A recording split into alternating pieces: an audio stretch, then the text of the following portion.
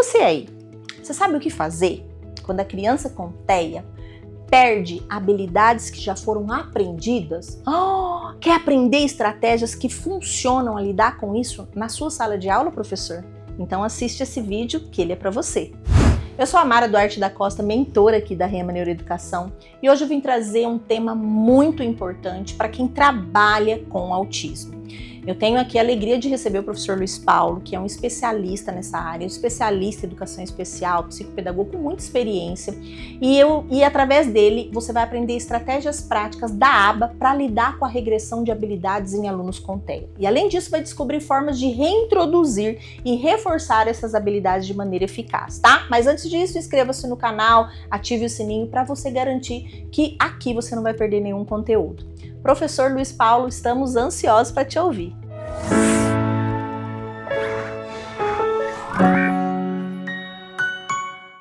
O que é regressão de habilidades? Você já parou para pensar sobre este assunto?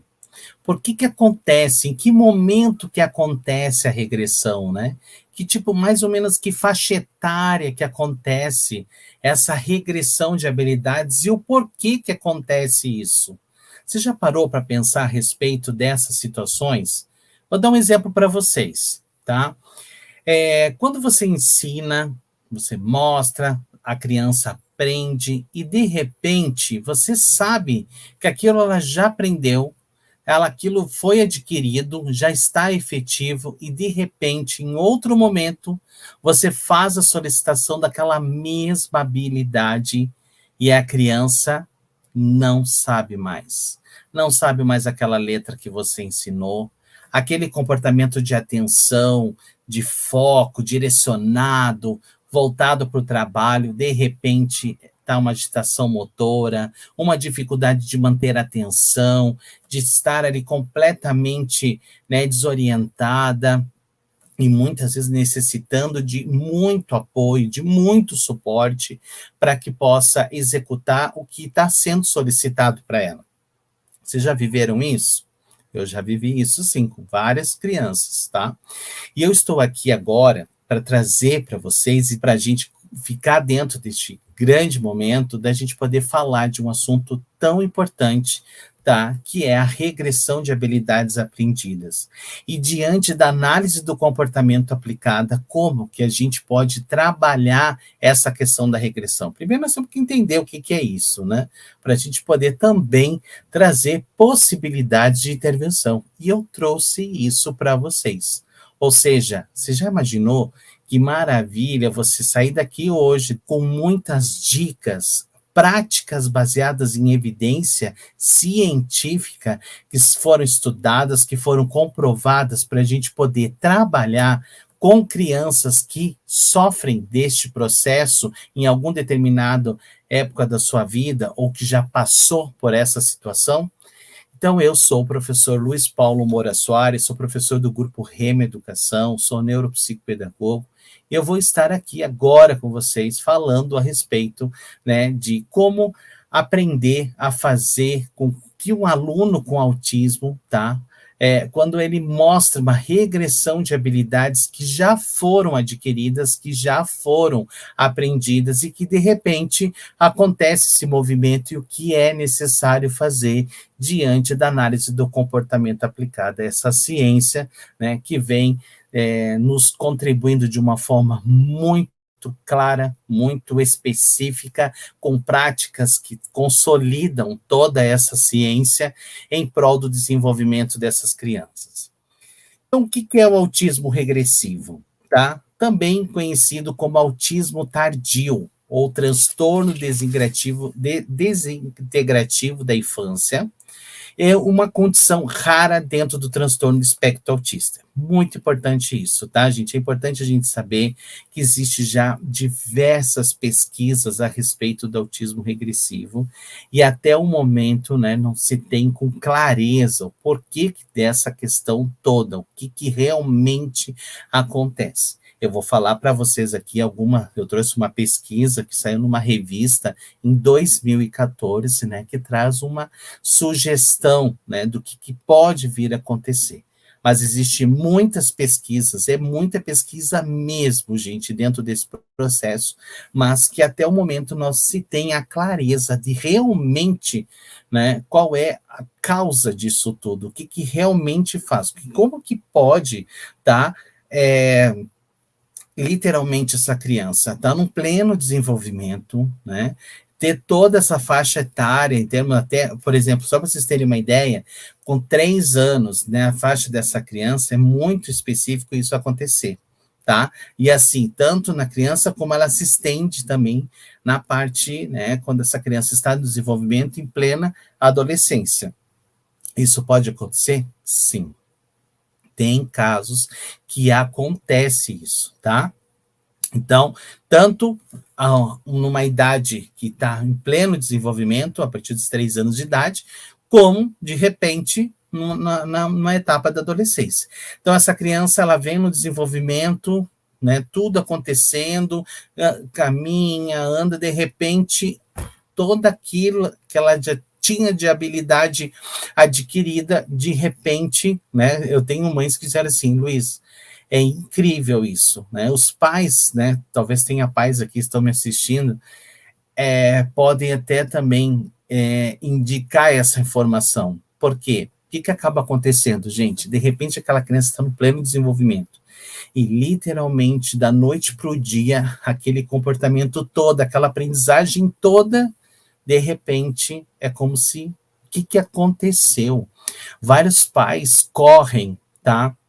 Nos médicos para poder entender o que está acontecendo no desenvolvimento daquela criança feito dentro dessa possibilidade. O que aconteceu? Como que aquela criança que estava falando, de repente para de falar? Aquela criança estava caminhando, daqui a pouquinho começa a ter uma dificuldade motora. Né? Então, o que realmente acontece? Esse quadro, gente, se caracteriza pela perda gradual e significativa de habilidades sociais e cognitivas, tá? Então, é importante. Então, tanto quanto a questão cognitiva, que envolve todos esses aspectos de conhecimento acadêmico, né, motor, percepção, atenção, assim como habilidades sociais. Aquela criança que brincava, de repente, para de brincar, não consegue mais interagir, algo que ela já fazia, tá? Então, isso é muito sério, e isso que eu estou falando para vocês, da importância da gente entender isso, porque existe estratégias de como a gente poder trabalhar a partir do momento quando essa criança passa por esse processo. Tá? Então, após um período de desenvolvimento aparentemente adequado, o que quer dizer isso? Que dentro do desenvolvimento dela, que essa criança ela vem vindo, está tudo acontecendo. Né? Então, ela está com a fase legal, está no desenvolvimento tranquilo, dentro de todas as habilidades sendo conquistadas, tudo tranquilo, tudo indo muito bem. De repente, acontece essa perda gradual e muitas vezes é muito significativa no desenvolvimento dessa criança, tá? Na maioria desses casos, gente, o autismo regressivo ele é identificado quando a criança começa a perder habilidades que já havia desenvolvido, como a capacidade de se comunicar verbalmente. Então, ela falava e, de repente, parou de falar. Ou ela emite som. Ou a palavra, 1, 2, 3 palavras. Às vezes ela aprendeu várias, um repertório imenso, um vocabulário imenso de palavras e, de repente, tá? Parou. E agora, o que faz? É um desespero tão grande nas famílias, gente, né? Eu acompanho várias crianças, já tive algumas experiências em relação a isso. E assim, acontece, de repente, aquela criança, você até é tão impressionante isso, porque às vezes na consulta, quando a gente vai fazer a consulta com essa família, a família traz vídeos, tá? Então, assim, a criança que você está vendo ali, que você avaliou, não é a mesma que parece que está no vídeo, tá? É outra completamente diferente, gente. Então, assim, é uma discrepância daquilo que você está vendo, né, em termos de perdas de habilidade, como também daquela que, através de um vídeo, eu falei, olha, então a mãe chega e diz assim, olha, Luiz, olha como era meu filho, olha ele no parquinho brincando, olha ele com os amigos, e de repente você vai ver ele agora na escola completamente diferente, tá? Então aí vai uma capacidade toda de comunicar verbalmente, de interação, até de contato, gente, tá? Contato visual. Só para vocês terem uma ideia. Então, aquela criança que mantinha contato, tinha intenção comunicativa, fazia a busca e, de repente, nem isso, tá? Essa regressão pode ser observada por volta de 18 a 24 meses de idade, tá, gente? E pode se estender até os 4 anos. Então, assim, a gente tem que ficar muito atento a isso, né? Então, o quanto é importante nesse momento o acompanhamento, né? Todo o desenvolvimento dessa criança, da gente estar para cada situação que está acontecendo, né? De fazer esse monitoramento é muito importante, tá? As características do autismo regressivo variam entre os pequenos, mas geralmente inclui a perda acentuada de habilidades de comunicação e interação social. Isso é uma das questões mais primordiais que acaba acontecendo. Não desmerecendo a questão cognitiva. A cognitiva também, muitas vezes aquela criança, ela tem toda uma percepção cognitiva, ela tem uma capacidade de aprender, mas em termos de interação social, comportamento, comunicação, assim, é muito, gente, é muito sério isso, tá? Além disso, pode-se observar alterações de comportamento e nos hábitos alimentares, assim como o sono. Aquela criança dormia bem, ela tinha um sono profundo, né? Conseguia dormir mais cedo. Agora já não dorme mais, já vai dormir mais tarde, o sono já está mais alterado, tem dificuldade de dormir, algo que não acontecia, tá? E o porquê que acontece isso, né, gente? Qual que é a causa disso, tá? O que acaba acontecendo? Então, isso é importante a gente deixar claro, que aqui a gente fala do autismo regressivo, que é um nome, a nomenclatura utilizada, né, para o transtorno espectro autista, para aquela criança que tem o transtorno espectro autista, e que acaba acontecendo essa situação, tá?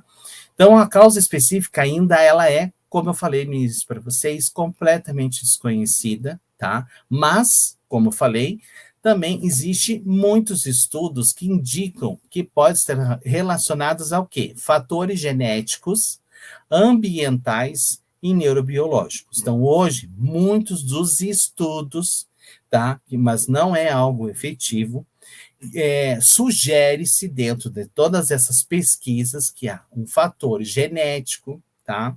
Ambiental e neurobiológico. Um dos fatores, tá, que tem sido considerado, isso é muito importante a gente entender, quem trabalha dentro, né, dentro do espectro em termos de desenvolvimento, precisa terem esse entendimento, né, gente? O que é a poda, tá? Considerado a poda neuronal, que é um processo natural de eliminação de sinapses e neurônios, né, que ocorre no cérebro durante o desenvolvimento. Então, toda essa ligação, essas sinapses que acontecem, que levam todas essas informações, que fazem esta conexão, tá, durante o desenvolvimento. Então, isso é muito importante a gente entender, que é um processo, o que é a poda neuronal? Né? É um processo que visa eliminar conexões neuronais, tá, que não são utilizadas para melhorar o desempenho, que são efetivamente funcionais. Tá? Ou seja, reorganiza a transmissão das informações entre diferentes regiões cerebrais. Isso é bem importante para a gente entender o que é a poda neuronal. Tá? Então, e a poda neural, que é essa limpeza, esse descarte de neurônios e conexões que não estão sendo utilizados, tá? Ao mesmo tempo em que fortalece conexões mais utilizadas por ele, ou seja, os mecanismos todos de trabalho que acaba acontecendo durante esse processo de desenvolvimento, acaba, assim, ao mesmo tempo que ele faz essa limpeza, descarta aqueles que não estão sendo utilizados, ele super, né, intensifica, fortalece aqueles que estão sendo executados. E aí, isso eu trago para vocês a importância desse entendimento, porque o que eu quero deixar em consideração de importância dentro desse processo? O quanto nós, enquanto profissionais da área, né, do transtorno espectro autismo, independente da área que nós temos a nossa formação, né? Porque nós temos que entender que, independente da área que você é formado e você trabalha com autismo, você é um profissional do autismo. Ou se você é pai ou é mãe, você é um pai de uma criança que tem esse transtorno. Então, você precisa entender e compreender que a importância da estimulação, ou a importância da vivência, da experiência, isso vai fazer toda a diferença dentro de um processo de intervenção específica diante da análise do comportamento, porque a gente vai estar monitorando esses comportamentos.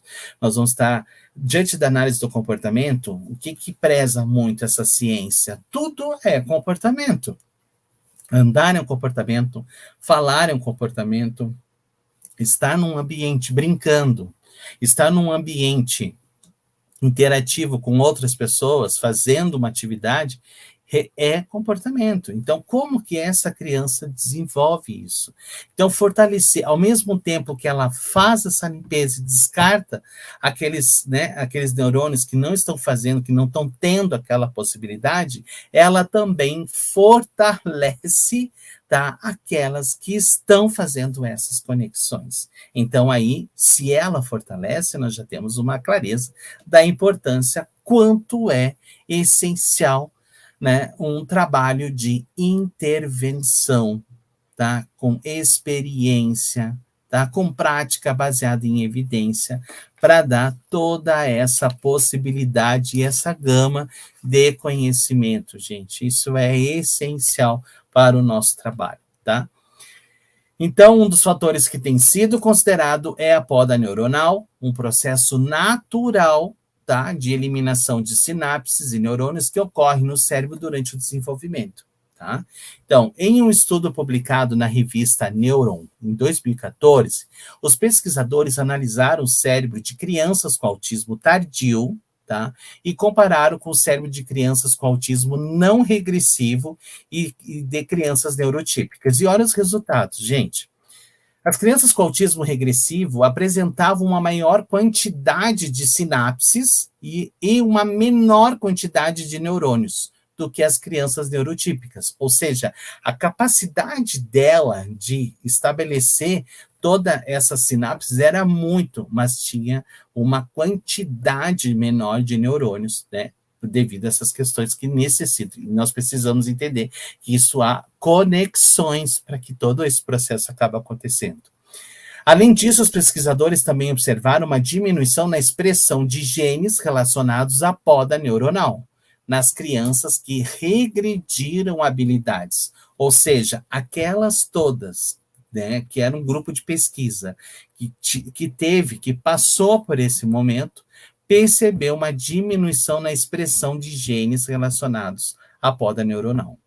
E esses estudos revelaram o que, gente, para nós? Isso é muito importante para a gente poder entender, né, deixar claro isso, né, que esses estudos sugerem que pode haver um distúrbio no processo da poda neuronal nos pequenos com autismo regressivo, o que pode levar a uma sobrecarga de informações e uma diminuição na eficiência do processamento de informações do cérebro. Por que isso, gente? Né? Eu achei interessante quando eu li isso, eu quis trazer isso para vocês, porque nós sabemos, né, em termos, quando o autista está aprendendo, ou você fala, ou você mostra, né, tudo que ele está, que você vai proporcionar de estímulos, o que ele precisa, né, o que é importante, o que ele precisa, tá? É uma questão visual, né, que vai promover uma possibilidade de compreensão muito mais rápida. E qual que é uma dificuldade que ambos têm? É de processamento das informações. Então, esse é um cérebro que está, assim, completamente cheio de informações, mas tudo muito desconexo, né? Não tem uma conexão ali. Está tudo ali por etapas, tudo muito misturado, tá? Então, a gente precisa reorganizar isso. E para reorganizar isso, precisa de estruturas de trabalho, precisa de uma organização baseada em instrumentos que vão favorecer todo o processo de aprendizagem. Por exemplo, nós temos instrução programada, organizar o que vai ser feito naquele momento, antecipar, muitas vezes, uma rotina das situações que aquela criança vai executar ali naquela etapa, ou diante daquele passeio que ela vai viver, ou ela chegou na sala de aula, gente. Aquela criança chegou, primeiro dia de aula, chegou amanhã, a sua criança autista vai chegar na aula. E aí, o que vai acontecer? Ela tem uma rotina previsível das coisas que vai acontecer? Então, a gente precisa entender que aquela criança, muitas vezes, quando ela está totalmente, você percebe que ela está perdida, que ela busca o olhar de um lado, busca de outro, se movimenta de um, ela tenta correr atrás, às vezes ela demonstra isso numa agitação motora, tá? Todo um comportamento porque ela não está organizada, tá? E acaba tendo uma dificuldade importante dentro desse processo, tá? Então, gente, é importante a gente entender isso, tá? Então, que o processamento das informações do autismo, nós já sabemos, isso é real, que ele processa de uma forma diferente e num ritmo diferente, que não tem também como a gente saber como que é cada um, porque cada um processa de uma forma diferente, cada autista, tá? Mas nós sabemos que ele tem um processamento mais lento, mas que ele vai compreender. Agora, a partir do momento que nós entendemos uma estrutura, um visual, que nós entendemos o estilo e a forma como ele aprende, que é por suportes visuais, aí tudo vai muito mais rápido. Por quê? Porque eu estou entendendo como que aquela pessoa funciona, como que ela aprende, certo? E nós precisamos entender que o autista, ele aprende de uma forma completamente diferente. Nós já falamos muitas vezes aqui na REM, né, a questão do ensino sem erro, já ensino o certo, né? Então, isso é muito importante que a gente tenha esse entendimento. Então, eu trago para vocês aqui, agora, né, algumas sugestões, algumas práticas importantes que são cientificamente comprovadas, que é utilizado na ciência, né, da análise do comportamento aplicada, e que traz um resultado importante frente a esse processo. Quando eu falei de aprendizagem, quando eu falei de estrutura, quando eu falei de organização, tudo isso vai trazer muito bem presente. Então, vamos lá, uma prática baseada em evidência, gente, o que é isso, uma prática baseada em evidência? É aquilo que cientificamente é comprovado e já foi utilizado, né, e sabe-se se tem muitas pesquisas nisso, e isso traz toda uma referência para nós em termos de trabalho. Eu sempre costumo dizer que trabalhar com autismo não é achismo, a gente analisa aquele comportamento, a gente identifica possibilidades, a gente percebe situações, mas nunca eu acho. Eu tenho que estar pensando com aquela informação, com aquilo que eu estou observando, com aquilo que eu estou avaliando, baseado na ciência, né? Na forma como aquela criança aprende, de acordo com o estilo de aprendizagem dela. Isso é essencial para todos nós, tá?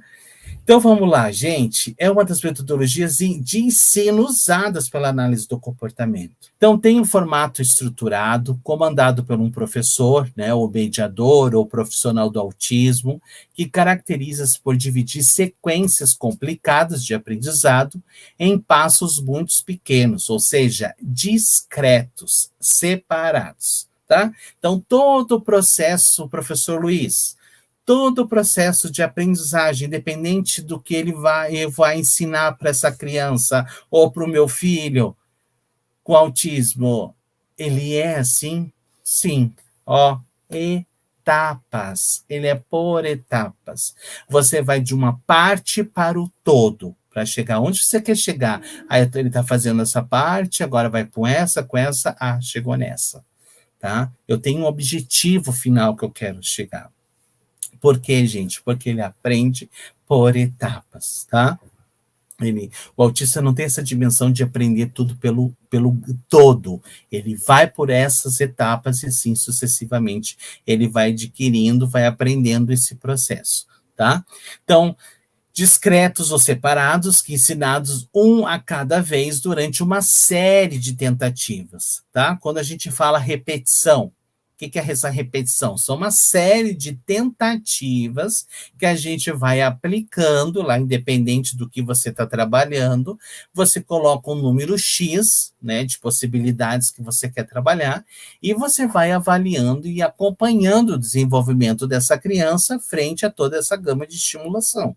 Diante desses resultados, de todas essas tentativas que são monitoradas, que tem protocolos, tá? Que tipo de protocolo eu posso utilizar? Como que eu vou fazer esse registro? Como que eu vou direcionar isso para eu poder ter o controle? Professor Luiz, eu atendo mais de 20 crianças, 30, 40, como é que eu vou ter controle de tudo isso? Tem fichas onde você vai ter o controle do desenvolvimento dessa criança. Tá? E isso é essencial, gente. Não é repetição o resto da vida, não é tentativas o tempo da vida. Esse número X de tentativas tem um objetivo, tem um estímulo a seguir, eu tenho um grande, né, foco que eu quero atingir com aquele comportamento, né? Qual é o comportamento que eu quero atingir, tá? E aí, diante disso, eu vou trazendo possibilidades. Se aquelas tentativas não foram efetivas, eu mudo, né? Avalio aquele comportamento novamente, analiso aquela perspectiva e trago faço uma reavaliação desse processo para poder direcionar de forma efetiva esse trabalho, certo? Junto com o quê, gente? Reforçamento, tá? Reforçamento positivo, né? Prêmios, né? Estímulos, né? Interesses, tá? Então, isso a gente vai dando todo esse suporte, porque nós sabemos, né, que todo o autista tem essa dificuldade de motivação. A motivação dele é externa, não é interna. Ela é interna quando ele gosta. Não precisa nem se preocupar. Tá? Quando ele gosta daquilo, vamos dizer o seguinte, aquela criança gosta de letras e de números, pode ter certeza, nem se preocupe com a alfabetização, se preocupa com outra coisa, porque aquilo ali é interesse dela. Muitas vezes ela vai sozinha, gente, dentro daquela perspectiva, quando você vê, ela está trabalhando, tá? Então, isso é muito importante mesmo. Então, a importância de a gente trabalhar com reforço, tá?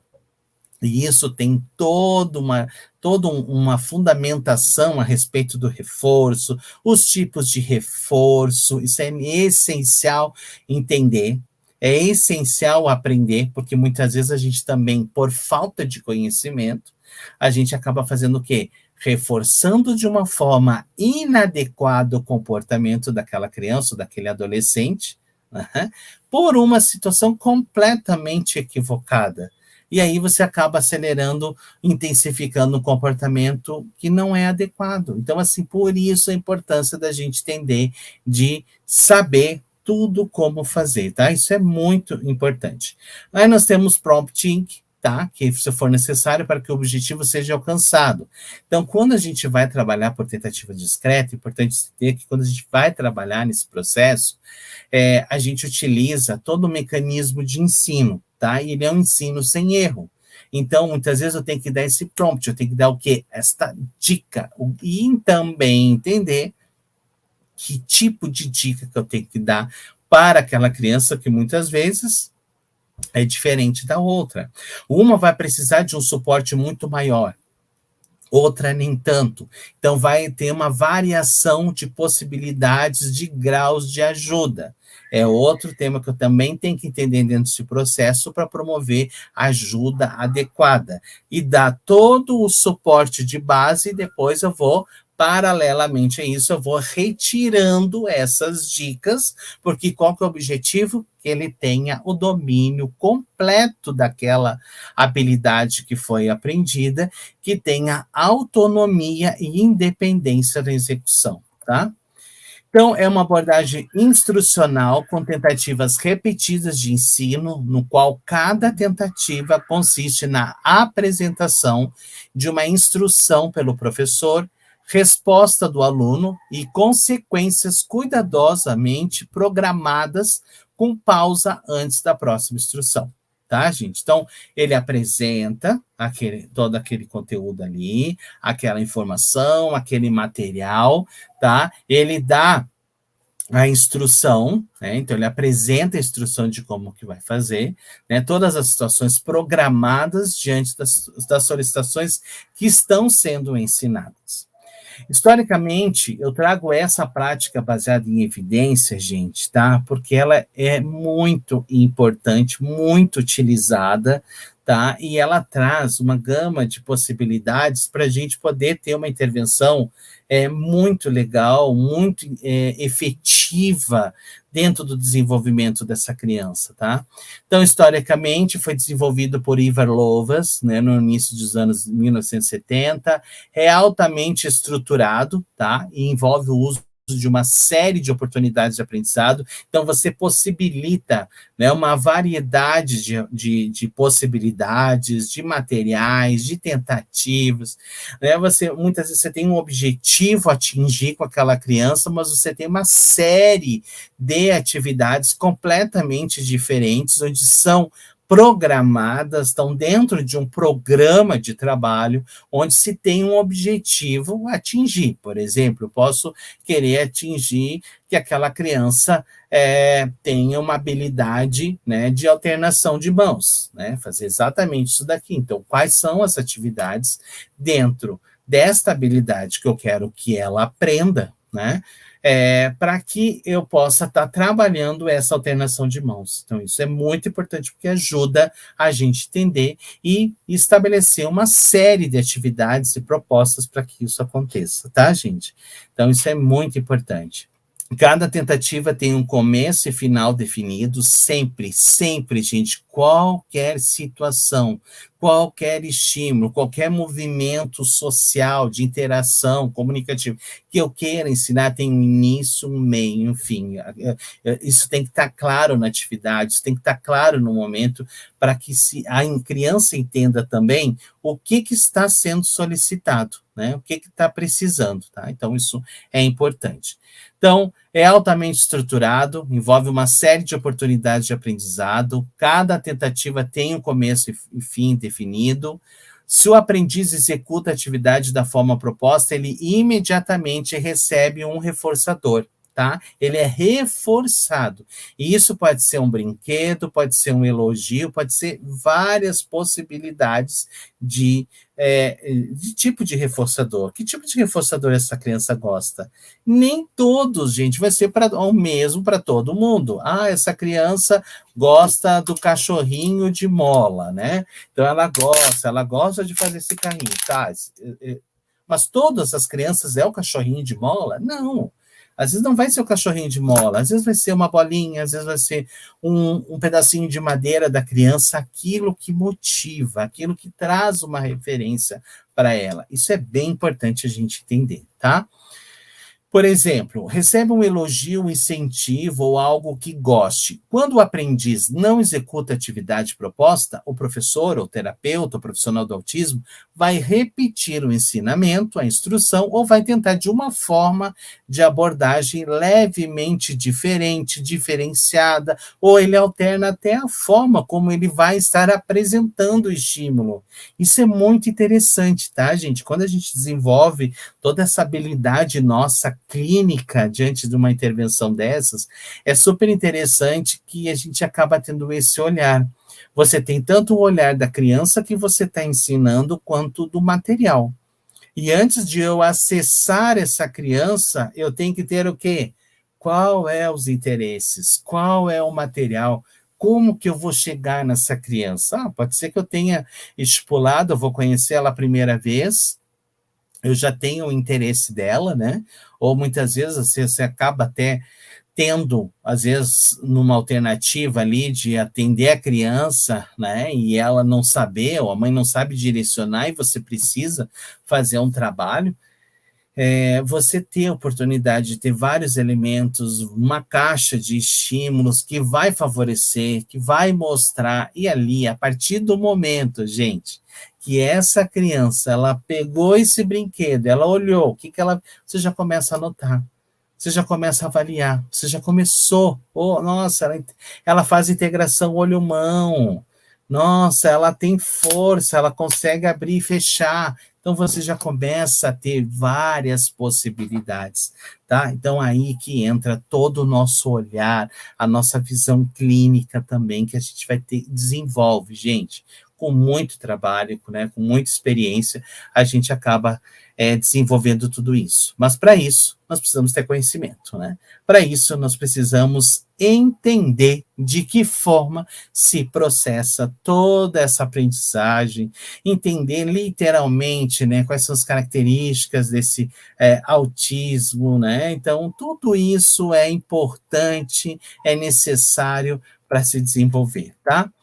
Via de regra, o ensino de tentativa discreta é usado no início da intervenção precoce, tá, gente? Muito cedo, desde lá na criança pequena.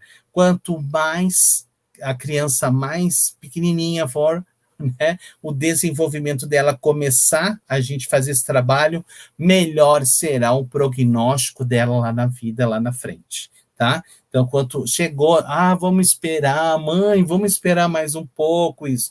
Eu ainda escutei essa semana, né, que uma mãe falando, e ela disse, o médico pediatra pediu para esperar. Não, não dá para esperar, gente. Não espera, tá? Já leva para avaliação, leva para um direcionamento. Sabe por quê? Para você que é da família, você que é professor, não perca a oportunidade de fazer uma conversa, de fazer um encaminhamento, de direcionar. Por quê? Porque se essa criança ela for precocemente trabalhada, tá? As chances dela de desenvolvimento lá na frente mudam completamente, gente. Isso é muito importante a gente entender, tá? Então, é chamado popularmente de ensino de mesinha, tá? Então, isso é importante, porque tem toda uma história por trás disso, dessa história da mesinha. Trabalhar com aba não é só trabalhar atrás da mesinha, aí nós temos uma tentativa discreta, que é uma prática baseada em evidência, tá? Que é utilizada popularmente, né? O ensino de mesinha, que, de acordo com as indicações das pesquisas realizadas, né, todo o ensino de tentativa discreta normalmente produz mudanças de habilidades bastante específicas, por exemplo, como nomear objetos. Então, olha lá, vocês estão vendo aí uma imagem de uma profissional trabalhando numa mesinha, né, fazendo tentativas discretas, trabalhando, ela está utilizando recursos visuais, tem ali um material específico, né, que está tudo sendo organizado, tem um reforço, muitas vezes tem um cronômetro de quanto tempo, dependendo de toda a possibilidade de atividade que ela está fazendo, né? Então isso vai sendo trabalhado, a gente vai sendo, né, vai dando oportunidade para essa criança desenvolver. De qualquer forma, a análise do comportamento aplicada, seja a tentativa discreta, que é uma prática baseada em evidência, ou o Denver, que também é uma espécie de treinamento de condutas, uma terapia comportamental que pode ser feita em casa ou por terapeutas, e funciona com uma determinação de um desafio, de um cumprimento através de uma ajuda total, que entra aquela questão da hierarquia de dicas, né? Quando eu falo ajuda total, é quando a gente vai ensinar aquele estímulo. Então, você dá todo o suporte para que aquilo aconteça. Na medida que aquela criança, você deu suporte, ela está executando, o que a gente faz? A gente retira essas dicas, tá? E vai vendo de leve ou sem ajuda total, apenas seguida de um reforço, tá? Para que ela utilize, certo? Né? Às vezes a gente não diz para o nosso filho assim, olha, se você for muito bem na prova, você vai ganhar uma mesada tanto no final de semana hoje, ou final de semana, ou hoje, se você souber o resultado da prova hoje, aí a criança vai, ela se empenha, ela fica lá em cima do professor, por favor, me diz a minha nota, que aí hoje está valendo grana. Então, isso está reforçando de alguma coisa o comportamento, tá, gente? Então, isso é necessário e importante. Bom, deve ser realizado durante pelo menos 1 hora diária, além das demais terapias indicadas pelos profissionais, tá, gente? Então, essa é uma estratégia que ajuda todo esse, né, trabalhar com todas essas possibilidades. E que entra né, fortemente o treino dessas habilidades. Por que treino de habilidades comportamentais? Porque ela é uma estratégia baseada em evidência para ensinar os indivíduos com autismo diversas habilidades. Então, aquela criança, né, que de uma certa forma teve um autismo regressivo, né, que muitas vezes assim, ela fez toda aquela trabalho, de repente ela perdeu tudo aquilo, tá? Nós precisamos avaliar o que ela não teve, o que aconteceu e possibilitar treinos, né, imediatos, né, de acordo com as necessidades daquelas habilidades daquela criança, para fortalecer essa possibilidade. E também ela é usada para treinamento de pais, funcionários, né, professores, técnicos, para trabalhar com essas crianças. Essa estratégia ensina uma pessoa, tá, o que fazer, ou seja, quais comportamentos se envolver sobre a circunstância específica. Quais são os comportamentos que eu, daquela criança que teve um autismo regressivo e que, de repente, eu preciso intensificar aquela habilidade porque ele está dando indícios lá, por exemplo, de uma intenção comunicativa, então eu tenho que possibilitar uma comunicação adequada, né, de acordo com a necessidade daquela criança, ver o alvo de trabalho para possibilitar um treino que vai trazer toda a capacidade dela de envolver, tá? Isso é muito importante, gente, tá? Permite a prática dentro de programa para que a pessoa possa, né, se tornar fluente com as habilidades e talvez o mais importante pode ser individualizado para cada indivíduo. Então, assim, o que acaba acontecendo? Essas crianças, né, principalmente no treino de habilidades, em termos gerais, a análise do comportamento, quando a gente vai trabalhar, é um trabalho extremamente individual, gente. Eu preciso entender quais são as necessidades daquela criança, quais são as habilidades a serem entendidas, que tipos de programas que elas vão ter, que tipo de estímulos que vão ser ofertados. Ah, professor Luiz, mas não vamos colocar no grupo? Claro que ela vai estar no grupo depois. Mas eu preciso fortalecer, eu preciso instruir, eu preciso tornar aquela inabilidade numa habilidade. E para isso eu preciso de treino. Para isso eu preciso de uma intervenção adequada, com práticas baseadas em evidência. Então, isso é necessário e fundamental, tá? Como eu falei para vocês, no autismo não existe achismo. Ah, eu vi uma situação dessa, eu vi. Não. Existe práticas que são cientificamente comprovadas, existe toda uma base hoje, né? O treino de habilidades, né? Então, tentativas discretas, instruções visuais, né? Treino de habilidades sociais, para a questão da interação. Tudo são práticas importantes né, que se consolidam e traz toda essa evidência, né, cientificamente comprovada num trabalho de intervenção com essas crianças, adolescentes, adultos. O treinamento emprega em 4 técnicas de ensino fundamental, tá, gente? A instrução, a modelagem, o ensaio e o feedback. Então, o que é instrução? O instrutor, o profissional, ali fornece uma descrição da habilidade, ou seja, o comportamento adequado. Qual é o comportamento que se espera, tá? Que seja alcançado? O que ele é? A modelagem, o instrutor modela o seu participante como executar a habilidade. Ele vai evidenciar, ele vai ensinar, tá? A cada possibilidade. Então, isso é bem importante. O ensaio entra o quê? A prática, muita prática, muita experiência, né? Dar vivência, principalmente quando envolve a questão das interações, da habilidade social que aquela criança precisa aprender. Ele precisa ter prática, gente.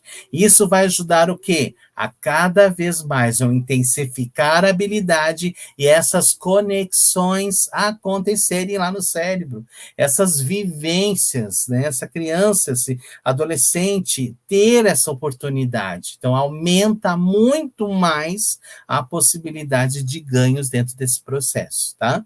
E o feedback, tá? Que entra, o instrutor deve elogiar a resposta correta e dar um feedback corretivo por respostas incorretas. Então, ele dá o feedback, muitas vezes ele reforça aquela informação ali, né? Então, o que aconteceu? Se ele fez certo, se ele teve todo um trabalho muito efetivo. Então, instrução, modelagem, ensaio e feedback. Esse é o treinamento de comportamentos, tá, gente? Lembrando que modelagem, tá? Ela é uma prática baseada em evidência científica, tá? Assim como a tentativa discreta. Então, existe todo um aprofundamento, né, de informação, de teoria, é bem fundamentado como fazer isso, que tipo de situações para poder direcionar isso, para poder trabalhar essas especificidades, tá? Aí entra a estrutura de ensino, ó. Uma tentativa discreta deve ser estruturada, considerada pelo menos 5 elementos, tá? Estímulos discriminativos. Quais são os estímulos discriminativos? Aquilo que a criança precisa entender. Bola. Ela já conhece a bola? Né? Sim ou não? Então, ela tem que discriminar. Ajudas e dicas, né? Ajudas para possibilitar. Pegue a bola, vamos jogar aqui no cesto.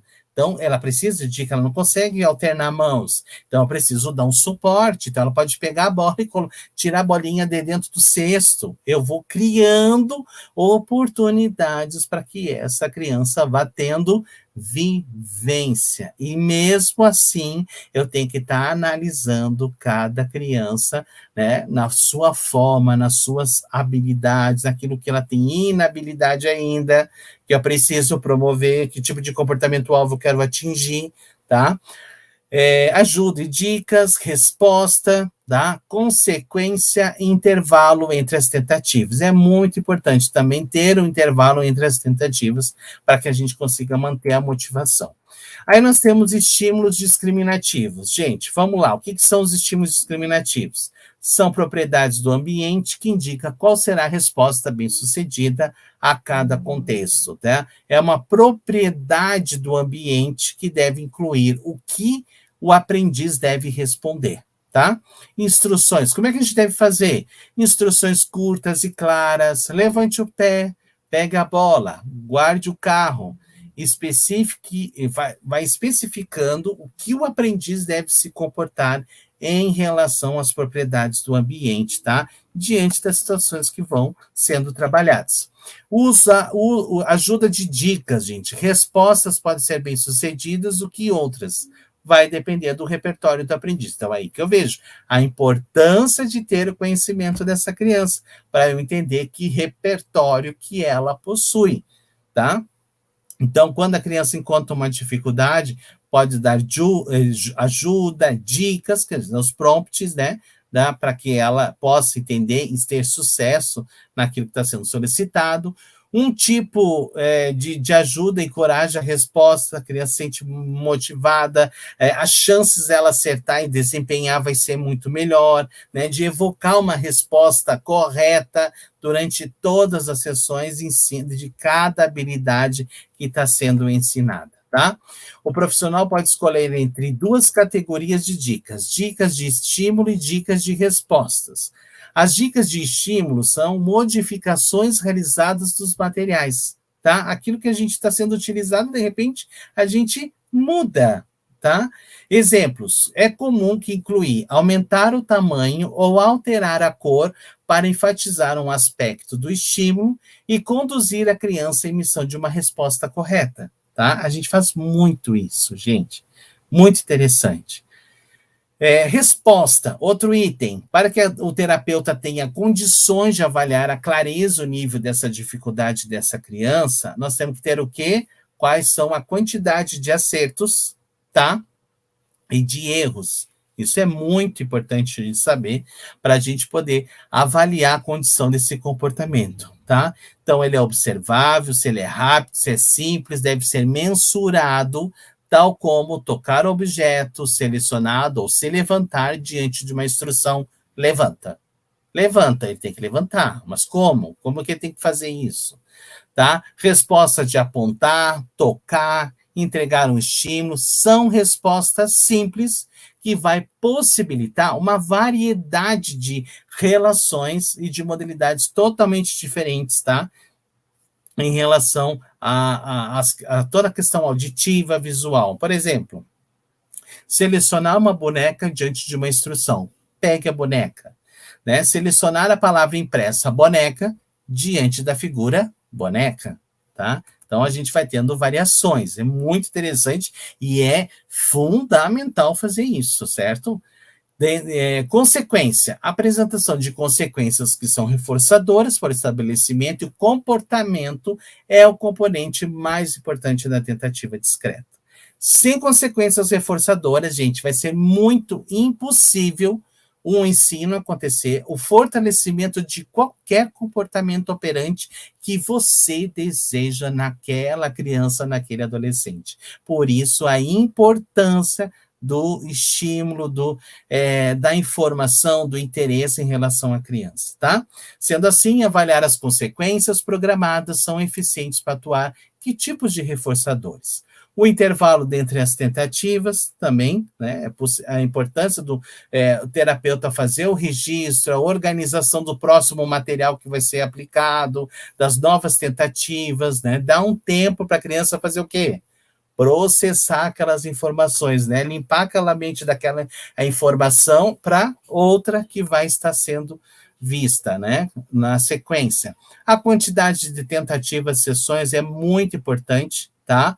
Então, a gente estipula, pode ser de 10, de 15 tentativas, depende do profissional, depende também da criança, como que você está direcionando. O importante de tudo é que a gente verificar a quantidade de tentativas discretas dentro do programa que você vai estar sendo utilizado para avaliar, tá?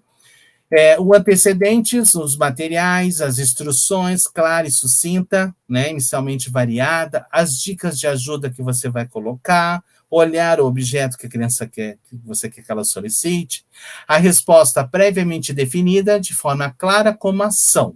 Muito importante saber identificar se a resposta foi correta, se ela está correta dentro, tá? Porque senão a gente vai ter que também elaborar situações para corrigir aquelas situações que muitas vezes aquela criança está tendo um erro, tá? Então, forma de ensinar totalmente programado, tá? Os antecedentes, as informações, os materiais, os objetivos de trabalho, quais são as consequências do reforço para o comportamento de habilidade que vai estar sendo treinada, ensinada para aquela criança. Então, eu tenho que chegar, não adianta eu ter uma sala cheia de material, cheia de situações e saber a ideia. Não, eu tenho que programar isso, eu tenho que organizar isso, eu tenho que saber o que eu vou ensinar, qual é a lição do dia. Ou eu posso ter várias lições em áreas completamente diferentes. Tem crianças que estão atuando com 4, 5, 6, 10 programas variados. Um programa de comer, um programa de brincar, um programa de, né, com a família, um programa de lazer. Gente, vai ter uma diferença. É a importância de se ter essa clareza, tá? Então, o ensino por tentativa discreta é uma forma de ensino de habilidade, que vai estar possibilitando o trabalho com essas crianças, tá? E sendo planejado, elaborado, acompanhado cada desenvolvimento. Entra um para um, e aqui estão as referências também desse material para vocês.